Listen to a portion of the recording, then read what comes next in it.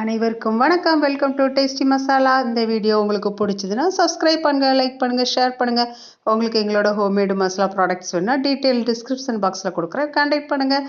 வாங்க வீடியோக்குள்ளே போகலாம். இன்றைக்கி நம்ம கிறிஸ்து ஜெயந்திங்கிறதுனால இனிப்பு சீட்டை தான் செய்ய போகிறோம். வாங்க இது எப்படி செய்கிறதுன்னு பார்க்கலாம். ரொம்பவே சிம்பிளாக செய்யலாம், ஈஸியாக செய்யலாம். வாங்க எப்படி செய்கிறதுன்னு பார்க்கலாம். ஃபஸ்ட் 1 டம்ளர் பச்சரிசியை நல்லா அரிச்சு எடுத்துருக்கிறேன், சலிச்சு எடுத்துக்கோங்க. அதே டம்ளரில் 3/4 டம்ளர் வெல்லம் எடுத்து கொஞ்சமாக தண்ணி விட்டு அடுப்பில் கொதிக்க வைக்க போகிறோம். கரைக்கிறதுக்காக தான். அப்போ தான் அதில் தூசி மண் வரும். ஜஸ்ட் வெல்லம் கொதித்து வந்தால் போதும். இப்போ நம்ம சலிச்சு வச்ச மாவு கண்டிப்பாக சலிச்சு எடுத்துக்கோங்க. வீட்டில் அரைச்சதுனாலும் கடையில் வாங்கினதுனாலும். அது கூடவே கொஞ்சமாக எள்ளு சேர்த்துருக்குறேன், 1 டீஸ்பூன் அளவுக்கு. எள்ளு கூட ஒரு 2 ஏலக்காய், சீனி கூட சேர்த்து நம்ம மிக்சியில் அரைச்சி வச்சுருக்கேன், அதனால் கூட கொஞ்சம் போட்டுக்கோம். 2 ஏலக்காய் நுணுக்கி போட்டால் போதும். அது கூடவே 1 ஸ்பூன் அளவுக்கு பட்டர். நீங்கள் பட்டர் இல்லைன்னாச்சுன்னா டால்டா சேர்த்துக்கோங்க. நெய் சேர்த்திங்கன்னா கொஞ்சம் சாஃப்டாக இருக்கும், அதனால் பட்டர் இல்லைன்னா டால்டா சேர்த்துக்கோங்க. சேர்த்து நல்லா விரசி விட்டுடலாம் ஃபஸ்ட்டு கையை வச்சு. அதுக்குள்ளே நம்மளோட வெல்லம் கரைஞ்சிரும்.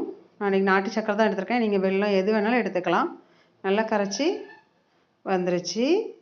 பாகு வேண்டாம், கொதிக்க வச்சா போதும்.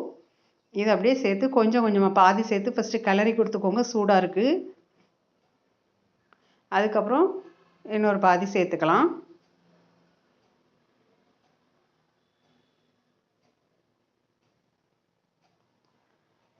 மிச்சருக்க பாகையும் சேர்த்து நல்லா பிசைஞ்சு எடுத்துக்கலாம். தேவைப்பட்டால் தண்ணி சேர்த்துக்கோங்க. இந்த அளவே கரெக்டாக இருந்ததுன்னா போதும். இந்த அளவுக்கு மாவு நல்லா பிசைஞ்சு எடுத்தாச்சு.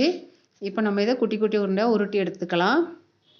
ரொம்ப அழுத்தம் கொடுத்து தேய்க்க வேண்டிய அவசியம் இல்லை, லைட்டாக தேய்ச்சா போதும். அதில் சின்ன சின்ன கீறல்களோடு தேய்ங்க. ரொம்பவும் கீறல் இல்லாமல் தேய்ச்சிங்கன்னா சீடை போடும்போது வெடிக்கும். இந்த மாதிரி கையில் வச்சு அழுத்தம் கொடுக்காமல் லைட்டாக தேய்ச்சி எடுத்துக்கோங்க. எல்லா சீடையும் உருட்டிட்டு பார்க்கலாம். நம்ம எடுத்து வச்ச மாவில் எல்லா சீடையுமே உருட்டி எடுத்தாச்சு. இப்போ நம்ம இதை எண்ணெயில் போட்டு பொரிக்க போகிறோம். லைட்டாக கிராக் இருக்குது, ரொம்பவே கிராக் இல்லாமல் நம்ம அப்படியே பலபலன்ட்டு உருட்டினோன்னா அது டப்பு டப்புன்னு வெடிக்கும்.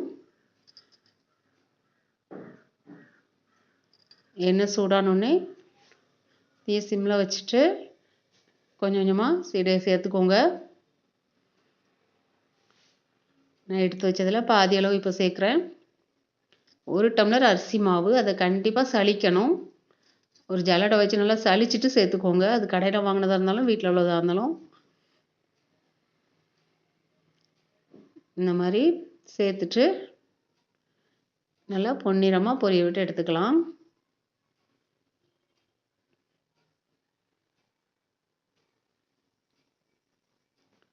லைட்டாக கரண்டி வச்சு நம்ம இப்போ பரட்டி கொடுக்கலாம்.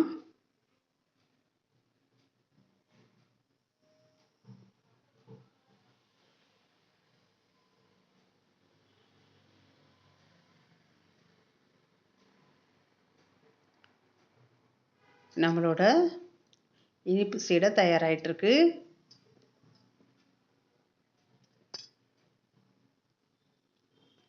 வீட்டிலே பண்ணும்போது இன்னும் டேஸ்ட்டும் நல்லாயிருக்கும், வாசமாக இருக்கும்.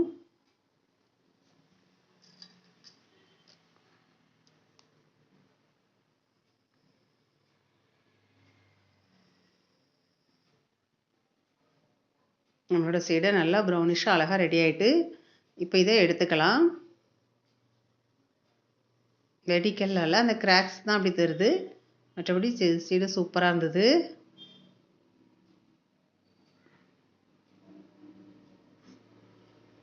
இந்த மாதிரி செய்யுங்க, ஒரு பொட்டு கூட வெடிக்காது, நல்லாயிருக்கும்.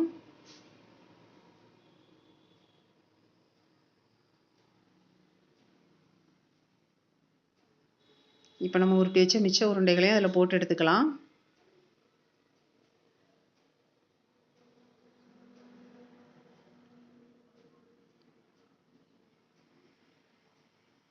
தீயை மட்டும் லைட்டாக போடும்போது கொஞ்சம் கம்மி பண்ணி வச்சுக்கோங்க. அதுக்கப்புறம் மீடியம் ஃப்ளேம்லேயே வச்சு வேக விடுங்க. லைட்டாக கோல்டன் ப்ரௌன் வந்தோடனே எடுத்துட வேண்டியதுதான். ரொம்ப சிம்பிளான ஒரு ரெசிபி, அதோட ரொம்பவே ட்ரெடிஷ்னலான ஒரு ரெசிபி. கண்டிப்பாக ட்ரை பண்ணி பாருங்கள்.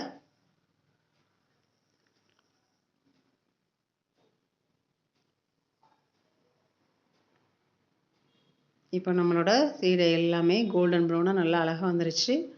இது இப்போ நம்ம எடுத்துக்கலாம்.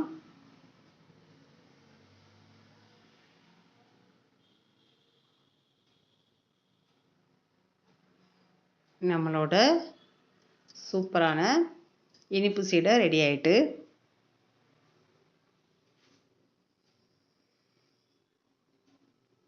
அவ்வளோதான், நம்மளோட இனிப்பு சீடை வாசமாகவும் சூடாகவும் ரெடி ஆகிட்டு நல்லா கிறிஸ்பியாகவும் இருக்கும். உள்ள சாஃப்ட். நீங்களும் வீட்டில் ட்ரை பண்ணி பார்த்துட்டு டேஸ்ட் எப்படி இருந்ததுன்னு கமெண்டில் சொல்லுங்கள். வீடியோ பார்த்த அனைவருக்கும் நன்றி. தேங்க்யூ.